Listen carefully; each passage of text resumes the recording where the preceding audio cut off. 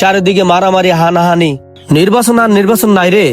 ক্ষমতার জন্য মানুষ কত কি করতে পারে, সেগুলো নির্বাচন আসলে দেখা যায়। এই দেশটা আমাদের, এই দেশটা কারো বাপের না। আপনি অবশ্যই ভোট কেন্দ্রে যাবেন আর যোগ্য ব্যক্তিকে দেখে ভোট দিবেন। আসসালামু আলাইকুম স্যার, কেমন আছেন? ভালো আর কি করে থাকি, চারিদিকে মারামারি, হানাহানি।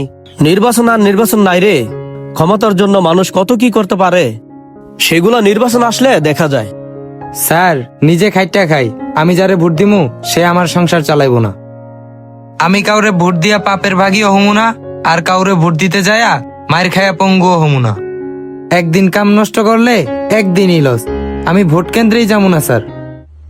আর ভয় পেও না, আমাদের সবাইকে একসাথে লড়তে হবে। এই দেশটা আমাদের, এই দেশটা কারো বাপের না। আপনি অবশ্যই ভোট কেন্দ্রে যাবেন আর যোগ্য ব্যক্তিকে দেখে ভোট দিবেন। দেখেন আমাদের দেশটা আসলে কার টাকায় চলে? আপনার আমার মতো কৃষক শ্রমিকের টাকায় চলে। ভাই, এভাবে হার মানলে চলবে না। আমাদের সবার দায়িত্ব অন্যায়ের বিরুদ্ধে কথা বলা। ভাই, আমি বলবো আপনি অবশ্যই ভোট কেন্দ্রে যাবেন, যোগ্য ব্যক্তিকে দেখে ভোট দিবেন।